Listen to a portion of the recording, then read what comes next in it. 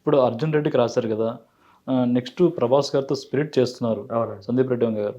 దానికి ఏమన్నా అవకాశం ఉంటుందా? పిలుస్తారు అనుకుంటున్నా. అదే, ఎందుకంటే ఈ పాట కూడా బాగా హిట్ అయింది కదా. పిలిస్తే హ్యాపీగా రాస్తా. ఎందుకంటే అర్జున్ రెడ్డి అనే సినిమా లేకపోతే ఉమ్, రాంబాబు గోసాల్ అనేవాడు ఇన్ని సంవత్సరాలు ఎక్కడ సర్వైవ్ అవ్వలేడు.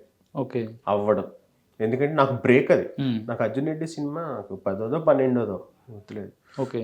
హరిహర వీరమల్లు 200 చిత్రం నాది. 200. ఓకే.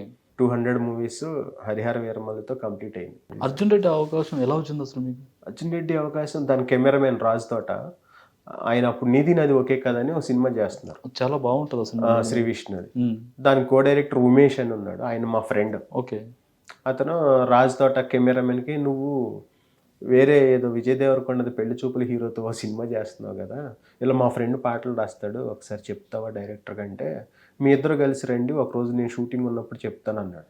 అప్పుడు ఆ క్లైమాక్స్ ఆ బెంచ్ మీద కూర్చుంటుంది కదా హీరోయిన్, ప్రెగ్నెంట్ లాగా ఉండి అర్జున్ రెడ్డిలో, అది మన ఈ పార్క్ లో జలగ వెంగళరావు గారి పార్క్ జీవికే దగ్గర, దాంట్లో తీస్తే అప్పుడు ఉమేష్ నన్ను బండి ఎక్కించుకుని తీసుకుని షూటింగ్కి తీసుకుని వెళ్ళి రాజ్ తోట గారి దగ్గర తీసుకెళ్తే అప్పుడు రాజ్ తోట సందీప్ అన్నకి చెప్పాడు.